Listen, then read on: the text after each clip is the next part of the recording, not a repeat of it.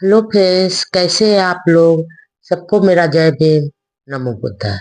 Baba Saheb Ambedkar life and mission में शिक्षित बनो, संगठित हो और संघर्ष करो। 18-19 जुलाई को ऑल इंडिया डिफेंस क्लास की ओर से नागपुर के मॉल पार्क में एक सम्मेलन का आयोजन किया गया। हजारों लोग शामिल हुए और गगनभेदी नारों के साथ डॉक्टर अंबेडकर का सम्मान किया। इस सभा में पंजाब, बंगाल और मद्रास प्रांत के कार कई कार्यकर्ता और नेता भी शामिल हुए। अध्यक्षीय भाषण में एन शिवराज ने डॉक्टर अंबेडकर को वारसराय के एग्जीक्यूटिव काउंसिल में लिए जाने की बधाई दी और कहा कि इससे जनता की सेवा का एक नया रास्ता खुल गया। कॉन्फ्रेंस से लेकर क्रिप्स योजना तक के सारी घटनाओं की चर्चा की। उन्होंने कहा कि क्रिप्स स्कीम गरीब उपेक्षित वर्ग के साथ धोखा है। मुस्लिम लीग द्वारा पाकिस्तान मांग के बारे में उन्होंने कहा कि जब जिन्ना मुसलमानों को अल्पसंख्यक कहते थे तो देश के सिख, ईसाई, अछूत, फारसी अल्पसंख्यक सभी साथ मिलकर संघर्ष करते थे। लेकिन जिन्ना ने मुसलमानों को अलग राष्ट्र माना है तो मजबूर होकर सभी को अलग अलग संघर्ष करना पड़ रहा है। अब यह भी हो सकता है कि हक के लिए कभी अछूतों को मुसलमानों के खिलाफ संघर्ष करना पड़े। डॉक्टर अंबेडकर ने इस बात पर संतोष जताया कि अछूतों में जागृति आई है, अब हर क्षेत्र में प्रगति कर रहे हैं। शिक्षा में भी कुछ आगे बढ़े हैं। अछूत महिलाओं में भी जागृति और हिम्मत पैदा हुई है। तेजी से आ रही जागृति व प्रगति के लिए हम सभी को गौरव महसूस करना चाहिए। अब मुसलमानों की तरह अछूत भी राजनीति में हिंदुओं से अलग स्वतंत्र मांग है। इसलिए हमें अलग राजनीतिक अधिकार मिलने चाहिए। गांधी जी हमारे बड़े विरोधी हैं। वायसराय के एग्जीक्यूटिव काउंसिल में अछूत समाज को जो प्रतिनिधित्व मिला है उस पे समता, स्वतंत्रता व बंधुत्व के विचारों का विरोध करने वाले ब्राह्मणवाद की छाती पर मानो खूंटा ठोक दिया है। डॉक्टर अंबेडकर ने सेकेंड वर्ल्ड वॉर में ब्रिटेन के समर्थन की घोषणा की और कहा कि यह विश्व युद्ध तानाशाही और लोकतंत्र के बीच लड़ा जा रहा है। यह तानाशाही किसी भी नैतिक आधार पर नहीं है, बल्कि वंश, रंग, भेद के अभिमान पर ही। नाजीवाद मनुष्य के भविष्य के लिए एक खतरा है। दुनिया में लोकतंत्र के कारण मानव का आपस में रिश्ता जुड़ा हुआ है। इसलिए लोकतंत्र के बचाव के लिए हर तरह के प्रयासों को स्वीकार करना चाहिए। यदि लोकतंत्र खत्म हो गया तो भविष्य का भी विनाश हो जाएगा। भाषण के आखिरी में बाबा साहब ने 3 मूल मंत्रों का जो संदेश, उपदेश व आदेश दिया वह उनके संपूर्ण जीवन एक सार बनकर आज भी देश विदेश के उपेक्षित, वंचित व शोषित वर्ग की प्रेरणा बना हुआ है। उन्होंने कहा कि आप शिक्षा प्राप्त करें, संगठन पैदा करो और संघर्ष करो। आप अपने पर भरोसा रखें। जब न्याय हमारे साथ है तो हम संघर्ष में जरूर सफल होंगे। इस तरह के संघर्ष से मुझे खुशी होती है। हमारी लड़ाई धन दौलत के लिए नहीं है और ना ही सत्ता प्राप्त करने के लिए है। हमारी लड़ाई आजादी हासिल करने के लिए है, मानवीय अधिकार और इंसान का दर्जा प्राप्त करने के लिए यह संघर्ष है। हमारे स्वतंत्र अस्तित्व के लिए अब खतरा पैदा हो गया है, इसलिए हमें अधिक संगठित व सचेत होने की जरूरत है। हम न्याय व मानवता के लिए संघर्ष करते हैं। अपने मेरे प्रति जो सम्मान, आत्मीयता व समर्पण की भावना व्यक्त की है, उसके बदले में मैं आपसे आश्वासन चाहता हूँ कि आप समर्पण निष्ठा के साथ संगठित होंगे, संघर्ष करेंगे और जब तक अपने अधिकारों को प्राप्त न कर ले पीछे नहीं हटेंगे। हमारे संघर्ष का उद्देश्य स्वतंत्रता है। मेरा आपका एक ही उपदेश है, एक ही आदेश है कि पढ़ो, संगठित हो जाओ, प्रचारक बनो, आत्मविश्वासी और आशावादी बनो। अछूतों की मांगों को रखने के लिए राजनीतिक पार्टी की जरूरत है, इसलिए इस अवसर पर एक नए संगठन all India scheduled caste federation के गठन की भी घोषणा की, जिसके जनरल सेक्रेटरी बापू साहब राजभोग को बनाया और अछूतों के लिए स्वतंत्र गांव बसाने की तथा सेटलमेंट कमीशन की मांग की गई। सम्मेलन के अंत में कहा कि मुझ पर यह आरोप लगाना गलत है कि मैं मिलता जुलता नहीं हूँ और किताबों में ही ज्यादा व्यस्त रहता हूँ। दरअसल मेरे मन में किसी के प्रति घृणा के भाव नहीं है और किसी का अपमान करना भी मेरे मन में नहीं है। मुझे तो बहुत कम समय में ज्यादा काम करना है। ज्यादातर हिंदू मुझे अपना दुश्मन समझते हैं, लेकिन कई ब्राह्मण भी मेरे अच्छे मित्र हैं।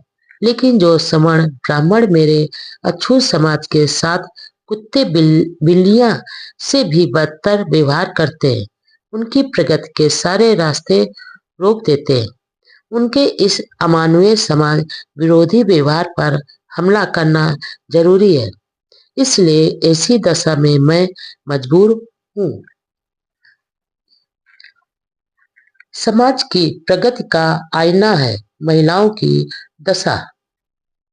नागपुर में ही अमरावती की सुलोचनाबाई डोगरे की अध्यक्षता में दलित वर्ग की महिलाओं का भी एक सम्मेलन हुआ, जिसमें डॉक्टर अंबेडकर ने कहा, महिलाओं का एक ही संगठन हो और यदि महिलाओं को अपने कर्तव्य की पूरी समझ न आए तो वे समाज सुधार का काम प्रभावी ढंग से कर सकते हैं। सामाजिक कुरीतियों को दूर करने में भी महिलाओं ने महान योगदान दिया है। उन्होंने कहा कि वह किसी समाज की प्रगति का अनुमान इस बात से लगाते हैं कि उस समाज की महिलाओं ने कितनी प्रगति की है। उन्हें अब विश्वास है कि पिछड़े वर्ग की स्त्रियां भी अब प्रगति कर रही हैं। आप साफ सुथरा रहना सीखो, बुराइयों से दूर रहो, बच्चों को पढ़ाने लिखाने तथा उनमें अच्छे नागरिक बनने की भावना पैदा करो। उनके मन में कुछ करने के लिए महत्वाकांक्षा जागृत करो। उनके मन में यह भावना पैदा कर दो कि वह इस संसार में महान बनने के लिए आए हैं। उनके मन में छोटे बनने के सभी विचार दूर करो। बच्चों के विवाह करने में जल्दबाजी मत करो। शादी एक जिम्मेदारी है, इसलिए बच्चे जब तक विवाह के बाद की पारिवारिक जिम्मेदारियों निभाने में आर्थिक रूप से सक्षम नहीं हो जाए, तब तक शादी मत करो। विवाह करने वालों को यह बात ध्यान में रखना चाहिए कि ज्यादा बच्चे पैदा करना पाप है। हर माँ बाप का यह फर्ज होना चाहिए कि उन्हें जो सुख सुविधाएं अपने माता पिता से मिली है, उससे ज्यादा अपनी संतानों को दे। सबसे अधिक महत्वपूर्ण बात यह है कि हर माँ अपनी बेटी को शादी के बाद पति व उसके परिवार का सहयोगी बनने की शिक्षा दे, उसे अपने पति का मित्र बनाने तथा समानता के रिश्ते के व्यवहार की शिक्षा दे, उसकी दासी नहीं। मुझे पूरा विश्वास है कि यदि आप इन बातों पर अमल करेंगे तो आप जीवन में प्रगति करेंगे और समाज में सम्मान व समृद्धि हासिल करेंगे। उस जमाने में अछूत महिलाओं का इतना विशाल सम्मेलन होना उनकी जागृत का परिचायक था। इसमें विशेष रूप से सक्रिय रही इंदिरा बाई पाटिल और कीर्तिबाई पाटिल के योगदान की प्रशंसा की गई। इस सम्मेलन में 2 प्रस्ताव भी लिए गए। पहला, एक से ज्यादा शादियों पर रोक लगाई जाए। दूसरा, महिला मजदूरों को वेतन के साथ प्रस्तुति छुट्टियों की सुविधाएं दी जाए। उसी दिन नागपुर में पंजाब के गोपाल सिंह खालसा की अध्यक्षता में समता सैनिक दल का भी विशाल सम्मेलन हुआ, जिसमें बाबा साहब ने कहा कि वह अहिंसा के सिद्धांतों को बहुत चाहते हैं, लेकिन इसके साथ वह हिंसा के दबाव में भी जीना भी नहीं चाहते। उन्होंने सैनिकों को आह्वान किया कि गुलामी, बेबसी व दीनहीन का जीवन न जिए। उन्होंने महान संत तुकाराम की बाणी का हवाला देते हुए कहा कि दुष्टों का नाश और सज्जनों का तारण यानी पालन भी एक प्रकार की अहिंसा ही है। सभी प्राणियों के प्रति करुणा व दया करना अहिंसा का ऊंचा सिद्धांत है। साथ ही दुष्टों का विनाश करना भी अहिंसा का एक भाग है। इसके बिना अहिंसा का कोई अर्थ नहीं होगा। सिर्फ मन बहलाने व पराये को उपदेश देने की तरह हो जाएगा। शक्ति व शील का पालन करना ही हमारा ध्येय होना चाहिए। हालांकि बाबा साहब ने 1956 में बौद्ध धर्म को अंगीकार किया, लेकिन व्यवहार में वह बहुत पहले से ही बुद्ध के अनुयायी बन चुके थे। इसलिए हर सभा में वह बुद्ध की शिक्षाओं का हवाला देते हुए अछूतों को अपने दीपक स्वयं बनने का आह्वान करते थे। अपने कल्याण के लिए खुद को ही आगे आने के लिए प्रेरित करते थे। नागपुर प्रवास के दौरान लाला जयनारायण ने डॉक्टर अंबेडकर के सम्मान में एक छोटा समारोह रखा। इसी दौरान दिल्ली से वायसराय का संदेश लेकर एक अधिकारी नागपुर पहुंचा। इस संदेश की पालना में 20 जुलाई 1942 को वायसराय की एग्जीक्यूटिव काउंसिल में लेबर मिनिस्टर के रूप में तार द्वारा ही विभाग का कार्यभार ग्रहण किया। जब उस अधिकारी ने स्टेशन के अंदर व बाहर शेड्यूल कास्ट फेडरेशन के सम्मेलन का पता पूछा तो सवर्ण हिंदुओं ने जानते हुए भी मना कर दिया। सवर्णों के इस व्यवहार से उस अधिकारी को बहुत दुख हुआ। दरअसल उस समय डॉक्टर अंबेडकर के प्रति सवर्ण हिंदुओं में घृणा के भाव कूट कूट कर भरे हुए थे।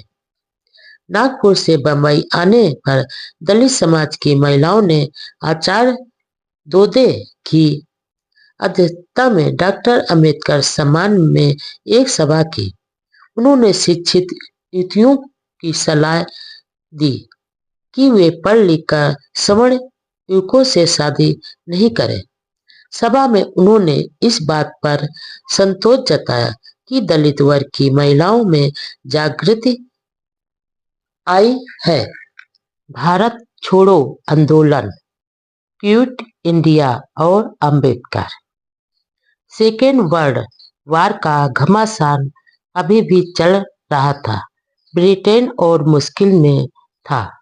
इधर भारत में इंडियन नेशनल कांग्रेस ने 14 जुलाई 1942 को भारत छोड़ो आंदोलन के लिए प्रस्ताव पास किया, जिसमें भारत से ब्रिटिश सरकार के तुरंत हटने पर जोर था।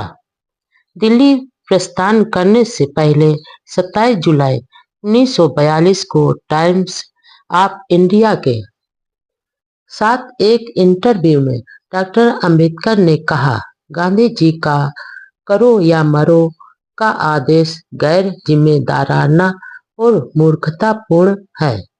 यह कांग्रेस की गिरती हुई साख को संभालने की कोशिश मात्र है। इधर विश्व युद्ध चल रहा है। बर्बर लोग भारत पर कब्जा करने के नियत से भारत की सीमा के नजदीक तक आ चुके हैं। ऐसी विकट स्थिति में देश में कानून व्यवस्था को कमजोर करना पागलपन है, और यदि विश्व युद्ध में लोकतंत्र की जीत हुई तो भारत की आजादी में कोई रुकावट नहीं डाल सकेगा। इसलिए भारत द्वारा युद्ध में भाग लेने का विरोध करना भारत के साथ देशद्रोह की तरह है। बाबा साहब ने सभी देशभक्त वासियों को अनुरोध किया कि वे अपनी पूरी शक्ति व साधनों के साथ कांग्रेस के असहयोग आंदोलन का विरोध करें।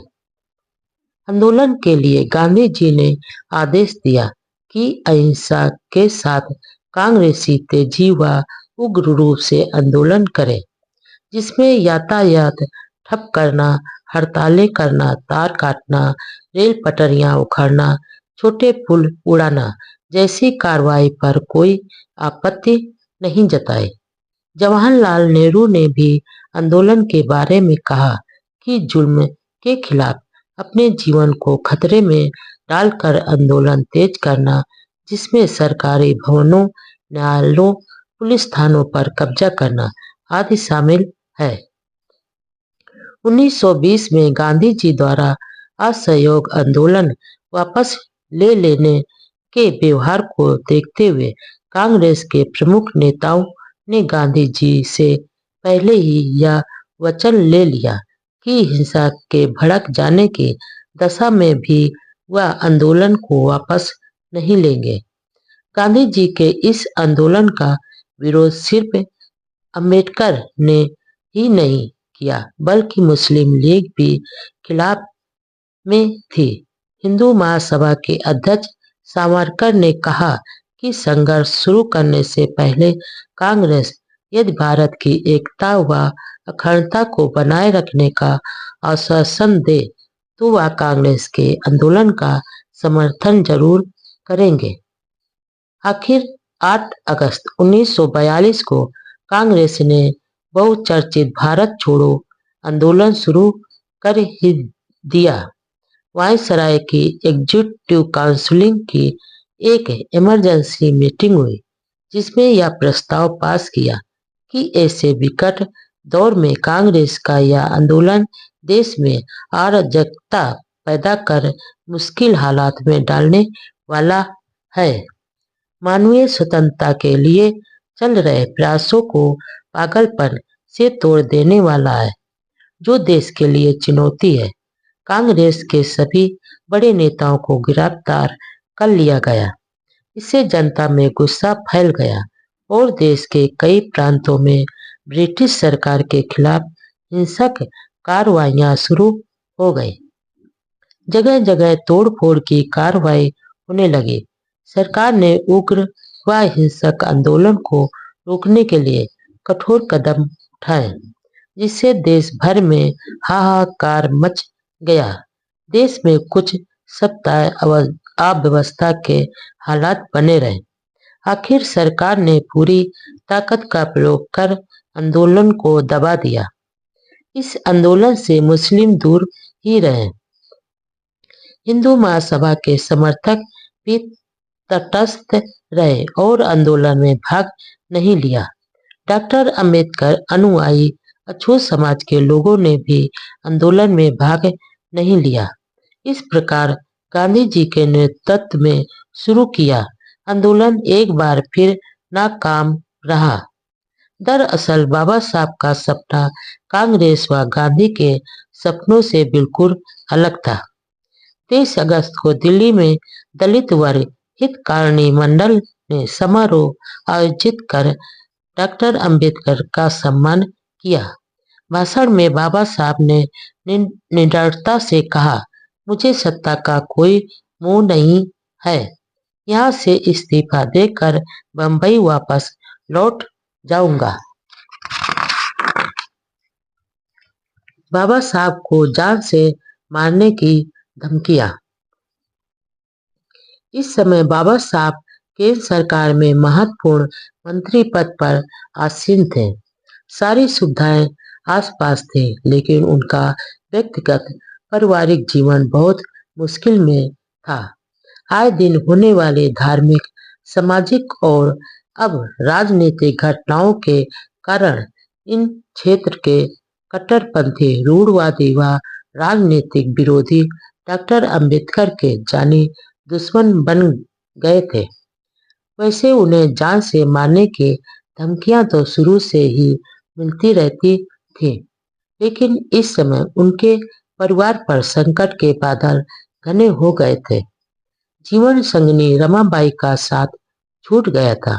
डॉक्टर अंबेडकर दिल्ली में अकेले ही रहते थे। बेटा यशवंत और दिवंगत बड़े भाई बालाराम का बेटा बंबई में साथ रहते थे। बाबा साहब के विरोधियों द्वारा उनके बेटे व भतीजा पर हमला करने की चिंता हर समय रहती थी। वे दोनों वहां सुरक्षित नहीं थे।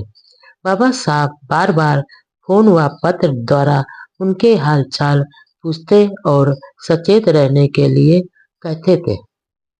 भारत छोड़ो आंदोलन शुरू होने के बाद से कई जगह से बाबा साहब को मार डालने की धमकियां दी जाने लगी। 4 सितंबर 1942 को डॉक्टर अंबेडकर ने अपने मित्र एम बी समर्थ को एक चिट्ठी में लिखा, मुझे अपने बंबई के मित्र बहुत याद आते हैं। यहाँ दिल्ली में मेरा कोई मित्र नहीं है और न ही किसी के मेरा मित्र बनने की संभावना है। मेरा स्वभाव व राजनीति दोनों इसके अनुकूल नहीं है। मेरा विभाग बहुत बड़ा है और मुझे व्यस्त रहने के लिए काफी है। पत्र में आगे लिखते हैं, मुझे ऐसे पत्र मिल रहे हैं जिसमें मेरी हत्या करने की धमकियां दी गई हैं। मैं अपने सेक्रेटरी को बता रहा था कि कानून के तहत जब हम किसी को फांसी पर चढ़ाते हैं तो उसको जुर्माने का दंड नहीं दिया जाता है, लेकिन ये हत्यारे मेरा जीवन लेने के साथ बिना टिकट लगाए पत्र भेजकर मेरे पर जुर्माना क्यों करते हैं। इस प्रकार बाबा साहब की जान को हर वक्त खतरा रहता था। महज सत्याग्रह से लेकर अब तक अपनी जान को जोखिम में डालकर ही वह मानवता की सेवा कर रहे थे। आज उनकी बदौलत सुख भोग रहे लोगों को उनकी असहनीय पीड़ा का एहसास होना चाहिए। 13 नवंबर 1942 के दिन लेबर मिनिस्टर के रूप में डॉक्टर अंबेडकर के एक वार्ता भारतीय मजदूर और विश्व युद्ध ऑल इंडिया रेडियो बंबई से प्रसारित हुई। अपने भाषण में उन्होंने कहा, यह युद्ध संसार के विभिन्न देशों की सीमाओं का निर्धारण या बंटवारे के लिए नहीं है, बल्कि यह एक ऐसी क्रांति है जो इंसान के बीच और राष्ट्र के बीच सह जीवन का रिश्ता कैसे कायम हो, इसके लिए परिवर्तन लाने के लिए हो रहा है। यह सामाजिक पुनर्रचना की मांग है, वह सरकार के नवनिर्माण के लिए है। इसलिए मजदूरों को नाजियों के खिलाफ जीत हासिल करने के लिए लड़ना चाहिए। ये नाजी जीत गए तो आजादी का गला घोट देंगे। युद्ध में जीत के बाद स्वतंत्रता और नए समाज के निर्माण की प्राप्ति होगी। लोकतंत्र स्थापित होगा। 14 अप्रैल 1942 का दिन नजदीक आ रहा था। यह दिन दलितों के मसीहा बाबा साहब का जन्म दिन था।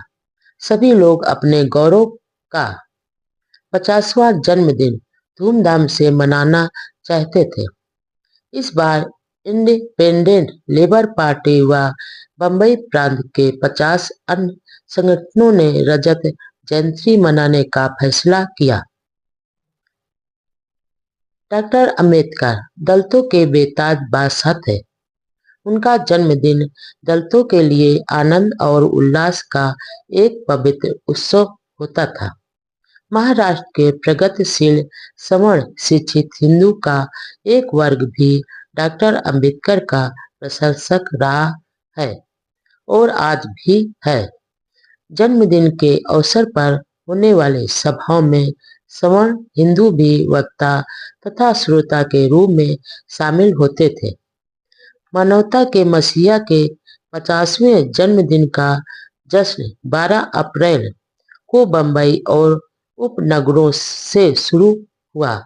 वह पूरे देश में 9 दिन तक मनाया, जिसमें सैकड़ों संस्थाओं ने अपने अपने स्तर पर गोष्ठियां, सभाएं, जुलूस व सांस्कृतिक कार्यक्रम आयोजित किए।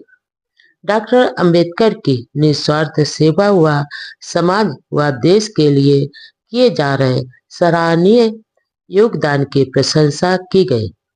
उनके व्यक्तित्व व कृतित्व के गुणगान किए गए। पुणे में एक विशाल जुलूस निकालकर खुशियां बांटी गई। वहां शनिवार वाड़ा में एक बड़ी सभा में एमसी राजा राजभोज के भाषण हुए। अध्यक्षता प्रोफेसर भाटे ने की। सभा में सभी ने बाबा साहब के योगदान का आभार जताया तथा उनके सुखमय व दीर्घायु जीवन की कामना की। पुणे नगर पालिका के हाल के आयोजित सभा में पालिकाध्यक्ष गणपतराव बलवाड़े ने अध्यक्षता की। सभा में डॉक्टर मोहल्ले पोप लाल शाह चौहान, राजा राम भोले आदि कई वक्ताओं ने बाबा साहब के नेतृत्व, प्रतिभा, त्याग व साहस की सराहना की। सभी ने अपने दिलों के उद्गार व्यक्त किए। जिला लोकल बोर्ड में भी संपन्न हुई। जिला मंडल के अध्यक्ष आवटी ने डॉक्टर अंबेडकर की तस्वीर का विमोचन कर अपने भाषण में कहा, डॉक्टर अंबेडकर की तस्वीर लगाने में जिला मंडल को गर्व हो रहा है। डॉक्टर अंबेडकर केवल दलितों के ही नहीं, भारत के श्रेष्ठ नेताओं में से एक है। उन्होंने अपने त्याग से देश की जनता के दिलों में एक सम्मानजनक स्थान बनाया है। अप्रैल में ही बंबई के पास कल्याण में रूही दास युवक सुधारक संघ की महिला शाखा की सभा में बाबा साहब ने आह्वान किया कि अछूत समाज अपने उद्धार के ध्येय से निर्वाचित न हुए। समाज व देश के लिए योगदान की चारों ओर सराहना। जन्मदिन समारोह का मुख्य कार्यक्रम 19 अप्रैल को बंबई की चौपाटी में डॉक्टर एम.आर. जयकर की अध्यक्षता में हुआ। बंबई शहर के हर कोने से भीम के दीवानों की टोलियां गाते नाचते गाजे बाजे के साथ चौपाटी में पहुंची। अपने स्वागत भाषण में षड्यंत्री समारोह समिति के अध्यक्ष आचार्य दोदे ने अपने भाषण में कहा कि डॉक्टर अंबेडकर भारत के महान पुरुष हैं। उन्होंने दबे कुचले वर्ग की निस्वार्थ महासेवा की है। डॉक्टर जयकर ने अपने उद्गार में कहा कि बाबा साहब ने गोलमेज कॉन्फ्रेंस ने उपेक्षितों की आवाज उठाने तथा पुनः पैक्ट के समय शांति व धैर्य का जो परिचय दिया वह बेमिसाल व प्रशंसनीय है। इस अवसर पर एन एम जोशी ने कहा कि मेरा एक समय का विद्यार्थी इतनी महान योग्यता प्राप्त कर सका, यह देखकर मुझे बहुत खुशी होती है। उन्होंने कहा कि डॉक्टर अंबेडकर बहुत होशियार व निर्भीक छात्र थे। उन्होंने कहा कि डॉक्टर अंबेडकर जब चौथी कक्षा में पढ़ते थे तब मैं उनका गुरु था। यह मेरे लिए गर्व की बात है। समारोह में बंबई के शेरीफ MRA बेग ने बाबा साहब को एक महान नेता बताया। इस अवसर पर डॉक्टर अंबेडकर को 580 रुपए की थैली भेंट की गई। 21 अप्रैल 1942 को महाराष्ट्र के सभी बड़े अखबारों ने अपने संपादकीय लेखों में डॉक्टर अंबेडकर की सेवा व विद्वत्ता की सराहना की। टाइम्स ऑफ इंडिया बंबई ने लिखा, आर्थिक और राजनीतिक ताकत के बिना अछूतों के सामाजिक क्षमता हासिल होना मुश्किल होगा और डॉक्टर अंबेडकर इस सच्चाई को अच्छी तरह जानते हुए सही दिशा में चल रहे हैं। छुआछूत व जात पात के खात्मे से हिंदू समाज मजबूत होगा, भारतीय समाज तेजी से प्रगति करेगा। इसलिए अछूतों के कल्याण के लिए डॉक्टर अंबेडकर जो प्रयास कर रहे हैं उन्हें प्रचंड समर्थन मिलना बहुत जरूरी है। बॉम्बे कल ने लिखा कि अंबेडकर दलितों की दशा सुधारने के लिए महान सेवा कर रहे हैं। यह भी लिखा कि दलितों के साथ अमानवीय व्यवहार से आठों प्रहर चिंता करने वाले डॉक्टर अंबेडकर को दलितों के प्रति जितनी अपनत्व व प्यार है उतना ही दलितों का शोषण व छल कपट करने वालों के प्रति मन में आक्रोश है। नागपुर के महाराष्ट्र नामक अखबार ने कहा, अपनी निस्वार्थ सेवा त्याग व बुद्धिमानी से जो थोड़े महाराष्ट्रीय नेता भारत को राजनीतिक क्षेत्र में चमके हैं उनमें डॉक्टर अंबेडकर सबसे आगे हीरे की तरह चमक रहे हैं। दलित समाज में जो थोड़ी जागृत व प्रगति हुई है, स्वतंत्र राजनीतिक दर्जा मिला है, वह सब उनके ही प्रयासों का परिणाम है। पुणे के अखबार ज्ञान प्रकाश ने लिखा कि डॉक्टर अंबेडकर का जीवन भारतीय लोगों के लिए एक महान आदर्श है। उन्होंने अपने स्वार्थ व सफलता के लिए कभी भी समाज व राष्ट्र को कभी धोखा नहीं दिया और सरकार के सामने जनता के बीच हर मुद्दे पर निर्भीकता से विचार रखे। पुणे के ही मराठी दैनिक अखबार काल ने लिखा कि डॉक्टर अंबेडकर महाराष्ट्र के प्रतिनिधि नेता हैं। अन्य महाराष्ट्रीय नेताओं की तरह उनमें न केवल कर्तव्यपरायणता व बुद्धिमत्ता है बल्कि त्याग, विद्वत्ता और सच्चाई भी है। बंबई के प्रभात मराठी दैनिक ने कहा, डॉक्टर अंबेडकर आधुनिक भारत के क्रांतिकारी युग पुरुष हैं। दलितों के उत्थान के लिए उनके द्वारा किए कार्यों की जितनी प्रशंसा की जाए कम है। ऐसा कार्य तो आज तक अन्य किसी ने नहीं किया। मानवतावादी विराट व्यक्तित्व के प्रति आदर व सम्मान। जन्मदिन की बधाई व आगे सफल जीवन की कामना करते हुए सावरकर ने प्रकाशित किया संदेश प्रकाशित किया। उन्होंने लिखा, डॉक्टर अंबेडकर का व्यक्तित्व, उनकी विद्वता, संगठन चतुरता, कुशल नेतृत्व का गुण आदि कई सद्गुणों के मिलन से वह आज देश के एक महान आधार स्तंभ बन गए हैं।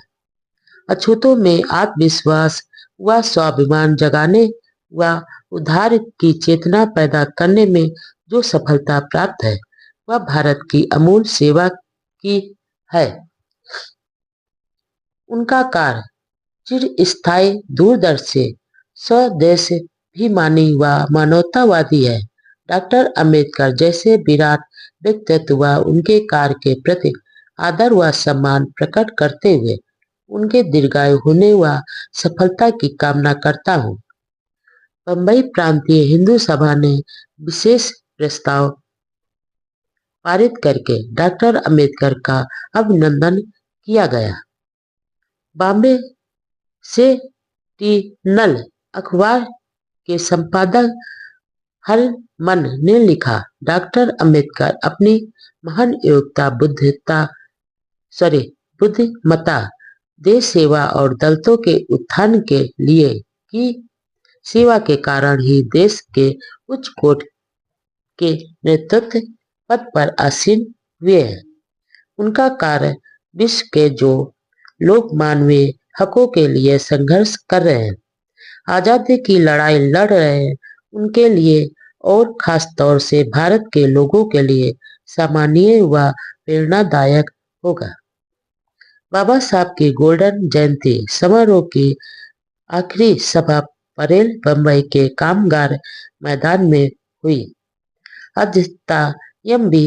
दोदे ने की। विशाल जनसमूह को बाबा साहब ने विनम्रता से अनुरोध किया कि अब उनका जन्मदिन मनाना बंद करो, क्योंकि मेरा यह मानना है कि जो समाज किसी मनुष्य को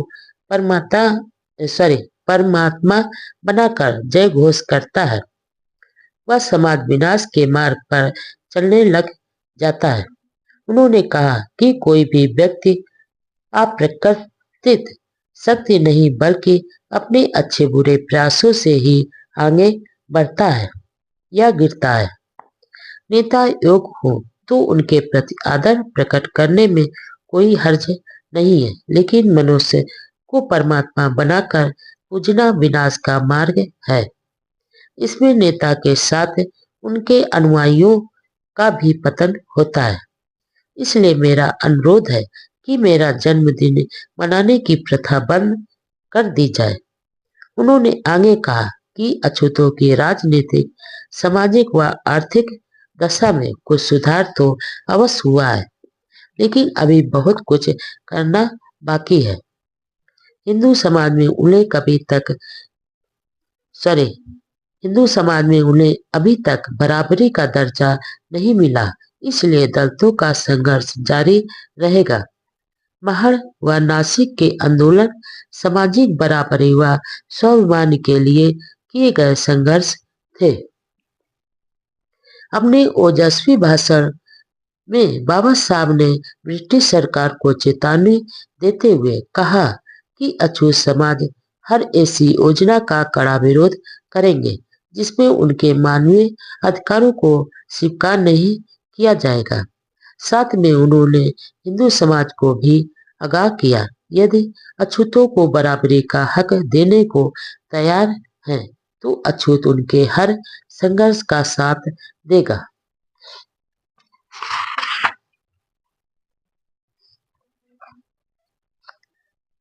वायसराय के काउंसिलिंग में बाबा साहब को श्रम मंत्री का सम्मान।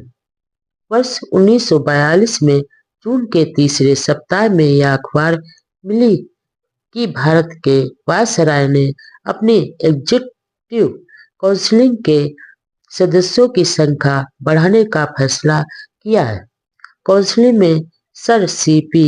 Ramaswamy Iyer, sir Mohammad Usman, doctor Ambedkar, sir J P. Srivastava और सरदार जोगिंदर सिंह को शामिल किया गया।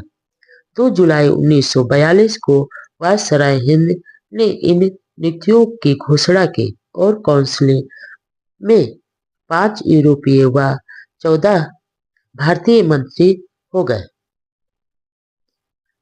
2 जुलाई 1942 को डॉक्टर अंबेडकर को एक एग्जीक्यूटिव काउंसिल का सदस्य नियुक्त कर लेबर डिपार्टमेंट सौंपा गया। यह एक ऐतिहासिक घटना थी जिससे विशेष रूप से दलित समाज में उत्साह व उल्लास का वातावरण पैदा हुआ। डॉक्टर अंबेडकर को देश का शासन चलाने वाले मुख्य एग्जीक्यूटिव काउंसिल में लेबर मिनिस्टर बनाना एक अभूतपूर्व घटना थी। भारत के इतिहास में अछूत समाज के 2 जुलाई 1942 को डॉक्टर अंबेडकर को एग्जीक्यूटिव काउंसिल का सदस्य नियुक्त कर लेबर डिपार्टमेंट सौंपा गया। यह एक ऐतिहासिक घटना थी जिससे विशेष रूप से दलित समाज में उत्साह व उल्लास का वातावरण पैदा हुआ। डॉक्टर अंबेडकर को देश का शासन चलाने वाले मुख्य एग्जीक्यूटिव काउंसिल में लेबर मिनिस्टर बनाना एक अभूतपूर्व घटना थी।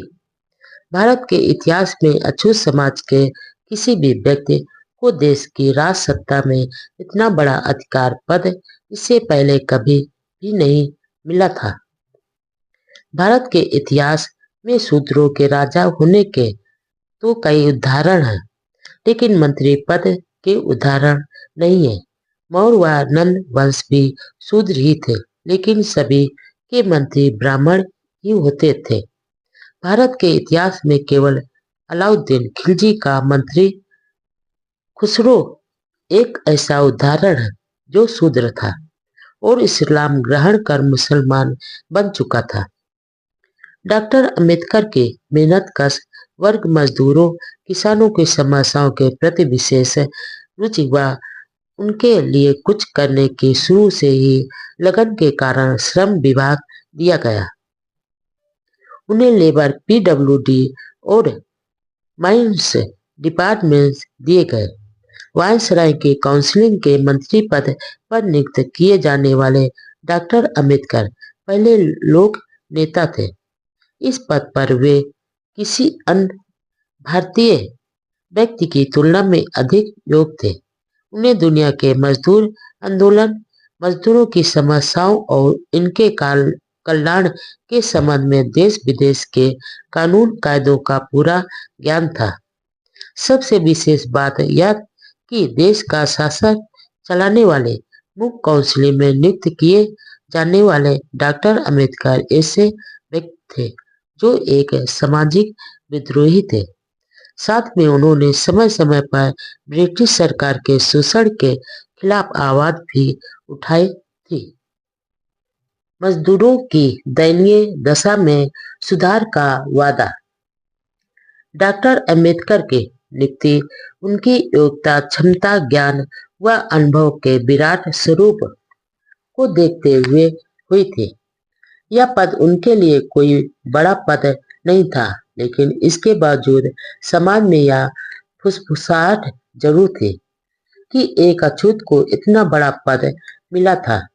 देश की जनता व अखबारों में भी इस नियुक्ति की खूब चर्चा हुई।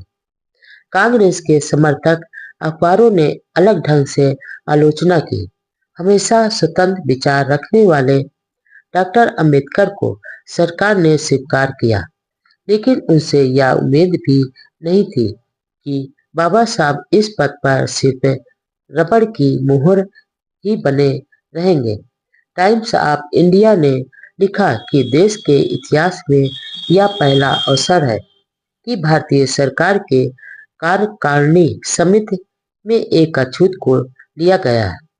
संडे स्टैंडर्ड अखबार ने कहा कि डॉक्टर अंबेडकर को मंत्री पद मिलना उचित ही है, क्योंकि उनका सारा जीवन गरीबों और मजदूरों के हित के लिए व्यतीत हुआ है। इस गौरवशाली नियुक्ति पर डॉक्टर अंबेडकर को देश विदेश से ढेरों बधाई संदेश मिले। बधाई भेजने वालों में वीर सावरकर, सर तेज बहादुर, सरफू लोकनायक, अन्य सर सुल्तान अहमद महाराजा, बीकानेर, बम्बई के जज चिमन चिमन्ना लाल, सितलावाड़ राय बहादुर, एमसी राजा आदि प्रमुख थे। 5 जुलाई 1942 को doctor Ambedkar national defence council की बैठक में भाग लेने के लिए बम्बई से दिल्ली पहुंचे। इसमें भाग लेने के बाद 11 जुलाई को बम्बई लौटे। बम्बई पहुंचने पर उनके मित्रों और शुभचिंतकों ने 15 जुलाई को रेडियो क्लब बम्बई में एक शानदार दावत दी। उसमें आचार्य दोदे व अन्य मित्रों ने डॉक्टर अंबेडकर द्वारा चलाए संघर्ष का बखान किया और उन्होंने जो कष्ट भोगे उसका मार्मिक वर्णन किया। सभी ने आशा व्यक्त की कि डॉक्टर अंबेडकर दलित वर्ग को गुलामी से मुक्त कर भारतीय मजदूरों की दयनीय दशा में सुधार के लिए हर संभव कोशिश करेंगे। वह अपने भाषण में डॉक्टर अंबेडकर ने कहा, उनका जन्म एक साधारण गरीब परिवार में हुआ, गरीबी में बड़ा हुआ, गरीबों के साथ रहा। मैं उनकी ही तरह खुली जमीन पर टाट के बिस्तर पर सोया हूँ और फटे कपड़े पहने हैं। मैंने गरीबी के दुख व कठिनाइयां देखी ही नहीं बल्कि भोगी भी है।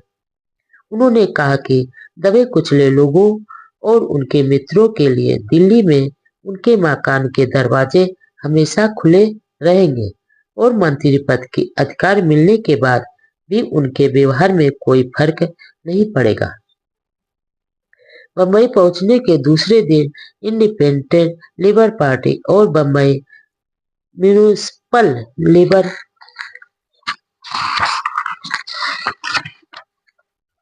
यूनियन ने अपने नेता के सम्मान में एक सभा का आयोजन किया। ऐसी एक अन्य सभा RM. Bhatt high school Bombay में हुई, जिसमें हजारों मजदूरों ने अपने प्रिय नेता को बधाइयां दी। सभा में बाबा साहब ने कहा कि भारत के मेहनतकश मजदूर वर्ग के हित, प्रगति और उनके हकों की रक्षा के लिए जो कार्य कई वर्ष पहले शुरू किया है उसे पीछे नहीं जाने देंगे। उन्होंने यह भी कहा कि सारे मजदूरों की समस्या एक है, इसलिए सवर्ण हिंदू मजदूरों को अछूत मजदूरों के प्रति अपनी सोच में बदलाव करना चाहिए और मिलकर संघर्ष करने के परिणाम अच्छे ही होते हैं। वर्ष 1941 चल रहा था और सेकेंड वर्ल्ड वॉर का घमासान अधिक तेज हो गया था। ब्रिटिश सरकार का सारा ध्यान युद्ध जीतने की ओर था। अतः वायसराय लॉर्ड लिनथगो ने अपनी एग्जीक्यूटिव काउंसिल में कुछ भारतीय मेंबर लेने और भारतीयों की ही सलाह मशवरा से सुरक्षा सलाहकार समिति की स्थापना करने की घोषणा की। 7 अन्य सदस्यों के साथ डॉक्टर अंबेडकर को डिफेंस एडवाइजरी कमेटी का मेंबर बनाया गया। कमेटी में जमनादास मेहता, सीपी रामास्वामी व दलित नेता एमसी राजा भी थे। लेकिन दलित व सिख समाज ने मांग की कि एग्जीक्यूटिव काउंसिल में भी उनके प्रतिनिधि लिए जाएं। इस अन्याय पर डॉक्टर अंबेडकर ने विरोध जताया। हालांकि ईस्ट इंडिया कंपनी में अछूत महारों की बटालियन थी और महार बहादुरी के लिए प्रसिद्ध भी थे, लेकिन बाद में अछूतों का सेना में भर्ती करना बंद कर दिया। बाबा साहब लंबे समय से अछूतों की सेना में भर्ती के लिए संघर्ष कर रहे थे। इस बार वह फिर बंबई के गवर्नर से अछूतों की बटालियन स्थापित करने का अनुरोध किया और गवर्नर ने सहर्ष मान भी लिया। उस समय डॉक्टर अंबेडकर ने आह्वान किया कि अछूत बहादुर अपने देश की सुरक्षा और अपने हित के लिए इस अवसर का लाभ उठाकर सेना में भर्ती हुए। थोड़े ही दिनों में फिर से महार बटालियन खड़ी कर दी गई। उस समय वीर सावरकर ने वायसराय को तार भेजकर मांग की कि डॉक्टर अंबेडकर को एग्जीक्यूटिव काउंसिल में लेवें। उन्होंने डॉक्टर अंबेडकर के प्रयासों की सराहना करते हुए कहा कि डॉक्टर अंबेडकर के मार्गदर्शन में महार बंधुओं में सैनिक, लड़ाकू व बहादुर प्रवृत्ति का फिर से उजाला होगा और उनकी शक्ति का उपयोग राष्ट्र निर्माण में होगा। उनका कहना था कि भारत एक लड़ाकू राष्ट्र बने। अछूतों की समस्याओं के संबंध में हरे गांव में हुई सभा के प्रस्तावों पर बंबई सरकार ने कोई ध्यान नहीं दिया, तो अगस्त 1941 में सिन्नर में वतनदार महारों की एक विशाल सभा हुई। उसमें डॉक्टर अंबेडकर ने कहा कि उन्होंने सरकार से शिकायत की है कि देश पांडे व देशमुखों जैसे वतनदारों को कुप्रथा से मुक्त कराने के बाद वतन संपत्ति का लाभ लेने की इजाजत दी है, लेकिन महान वतनदारों को यह सुविधा नहीं दी गई, जो अन्याय है। यदि सरकार ने अधिक लगाए गए टैक्स को वापस नहीं लिया तो महार उस समय तक सरकार के साथ असहयोग करेंगे। वहां से बंबई आने पर डॉक्टर अंबेडकर ने गवर्नर रोजर से लंबी मुलाकात की। सिन्नर सम्मेलन में डॉक्टर अंबेडकर के भाषण में सरकार को दी गई चेतावनी व घोषणा की खबर बंबई के अखबारों में प्रमुखता से छपी। वायसराय लॉर्ड लिथगो उन दिनों बंबई में ही थे और उन्होंने भी खबर को ध्यान से पढ़ा। उन्हें बंबई के गवर्नर को डांट पिलाई कि अछूतों की जायज मांग न मानकर अनावश्यक रूप से अछूतों को सरकार के विरोध में खड़ा कर दिया। इसका अवसर यह हुआ कि अगले ही दिनों में बंबई सरकार ने महारों पर ज्यादा टैक्स का वह आदेश वापस ले लिया और बाबा साहब की जीत हुई।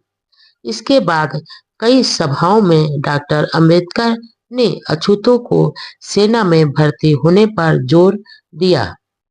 युवकों को सेना अधिकारियों की परीक्षाओं में भाग लेकर सेना अधिकारी बनने का भी आह्वान किया। उन दिनों वह एक नई पुस्तक हिंदुओं ने हमारे साथ क्या बर्ताव किया लिखनी शुरू की। प्रकाशन के लिए एक अमेरिकी प्रकाशक से बात भी हुई। आखिर यह पुस्तक 1945 में प्रकाशित हुई। उस समय हालांकि गांधी जी बाहर थे, लेकिन कांग्रेस के अधिकतर नेता जेलों में थे। इधर मुसलमानों ने पाकिस्तान की मांग तेज कर दी।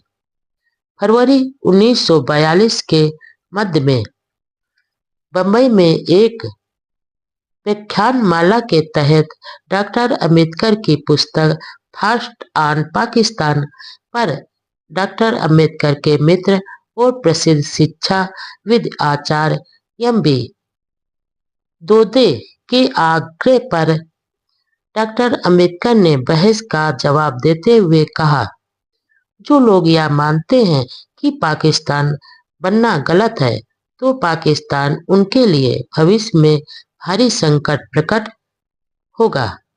जो कौम अपना इतिहास भूल जाती है, वह इतिहास का निर्माण नहीं कर सकते। भारतीय फौज में से मुसलमानों की संख्या कम कर सेना को एक निष्ठ व सुरक्षित बनाना जरूरी है। अपनी मातृभूमि की सुरक्षा हम करेंगे। लोगों का यह सोचना गलत है कि पाकिस्तान हासिल करने पर मुसलमान पूरे भारत पर अपना साम्राज्य फैला देंगे और हिंदू उनके आगे घुटने टेक देंगे। मैं स्वीकार करता हूँ कि सवर्ण हिंदुओं के साथ कुछ मुद्दों पर मेरा मतभेद व झगड़ा है, लेकिन आपके सामने मैं यह प्रतिज्ञा करता हूँ कि अपने देश की स्वतंत्रता सुरक्षित रखने के लिए, अपनी मातृभूमि की रक्षा के लिए मैं अपने प्राणों को भी न्यौछावर कर दूंगा। राष्ट्र भावना से ओतप्रोत भाषण को सुनकर श्रोताओं ने डॉक्टर अंबेडकर की जय घोष से सभा हाल गूंजा दिया। उन्हीं दिनों सर स्टेफर्ड क्रिप्स रूस की सफल यात्रा के बाद लंदन वापस आए थे और यह घोषणा की गई कि भारत की समस्या को हल करने का काम उनको सौंपा गया है। डॉक्टर अंबेडकर ने अपनी योजना तैयार कर सर क्रिप्स को पेश की। चीनी नेता च्यांग काई शेक ने कहा था कि अंग्रेज भारत को तुरंत सत्ता सौंपे। इस पर डॉक्टर अंबेडकर ने कहा कि चीनी नेताओं ने कहा तो है, लेकिन समस्याओं का ठोस समाधान नहीं बताया। ब्रिटिश सरकार को वर्ल्ड वॉर के खत्म होने के बाद 3 साल के अंदर भारत को डोमिनियन स्टेटस का दर्जा देने का वचन देना चाहिए और यदि भारत की पार्टियां युद्ध बंद होने के बाद 1 साल में सम्मति से कोई योजना पेश नहीं करेंगे और आपस में सहमत नहीं हुए, तो भारत की समस्या इंटरनेशनल ट्रिब्यूनल को निर्णय के लिए सौंप दी जाए और ब्रिटेन यह घोषणा करे कि वह इस फैसले को डोमिनियन भारत के संविधान में शामिल करेगा। जिन्ना द्वारा मुसलमानों को 50% प्रतिनिधित्व की मांग पर डॉक्टर अंबेडकर ने कहा, यह सरासर गलत मांग है और लॉर्ड लिथगो को जिन्ना की मांग ठुकरा देने पर धन्यवाद दिया। उन्होंने कहा कि इस मांग को मानने से अस्थायी रूप से भी राष्ट्रीय सरकार नहीं बन पाएगी। ब्रिटिश साम्राज्य का सूरज डूबने लगा। युद्ध का घमासान जारी था। युद्ध में जापान ने सिंगापुर हासिल कर ब्रिटिश सरकार को हरा दिया। कहा जाता था कि ब्रिटिश सरकार में कभी सूरज नहीं डूबता, लेकिन हार के कारण ब्रिटेन का सूरज डूबता जा रहा था। युद्ध में हार के कारण चीन व अमेरिका ने भी ब्रिटेन पर दबाव दिया कि वह भारत की राजनीतिक समस्या का जल्दी समाधान करे। ब्रिटेन मुश्किल में था। आखिर मार्च 1942 के तीसरे सप्ताह में विशेष रूप से भारत की समस्या के समाधान हेतु सर स्टेफर्ड क्रिप्स एक योजना के साथ भारत आए। वह कांग्रेस, मुस्लिम लीग, हिंदू महासभा, सिख संस्था और रियासतों के प्रतिनिधियों से अलग अलग मिलकर 29 मार्च 1942 को योजना प्रस्तुत की। डॉक्टर अंबेडकर व एम.सी. राजा भी सर किप्स से 30 मार्च 1942 को मिले। क्रिप्स योजना का सार यह था कि सेकेंड वर्ल्ड वार के खत्म होते ही भारत में संविधान समिति बुलाई जाए तो रियासतों के सहयोग से एक नया संविधान बनाए। लेकिन स्कीम में प्रांतों को भारत यूनियन यानी संघ राज्य में शामिल होने या बाहर रहने का अधिकार दिया जाए और अंत में संविधान समेत ब्रिटिश सरकार के साथ एक समझौता करे। क्रिप्स योजना का नाम स्वभाव निर्णय बताया गया, जिसका मतलब यह था कि प्रांतों को भारतीय संघ से अलग होने का अधिकार है। इसमें दो राष्ट्र के सिद्धांत थे, लेकिन इसमें अछूतों की पूरी उपेक्षा की गई। यहाँ तक कि डॉक्टर अंबेडकर से राय मशविरा किए बिना अछूतों संबंधी सरकारी विज्ञप्ति प्रकाशित कर दी गई। क्रिप्स योजना के तहत दिए आश्वासनों पर गांधी जी ने कहा, यह डूब रहे सरकारी अधिकोष द्वारा दिया गया अगली तारीख का चेक है। इस योजना को लगभग सभी पार्टियों ने अस्वीकार कर दिया। सावरकर ने कहा, यह भारत के टुकड़े करने वाली योजना है। मुस्लिम लीग ने इस योजना में पाकिस्तान के पक्ष में कोई ठोस घोषणा नहीं होने के कारण अस्वीकार कर दी।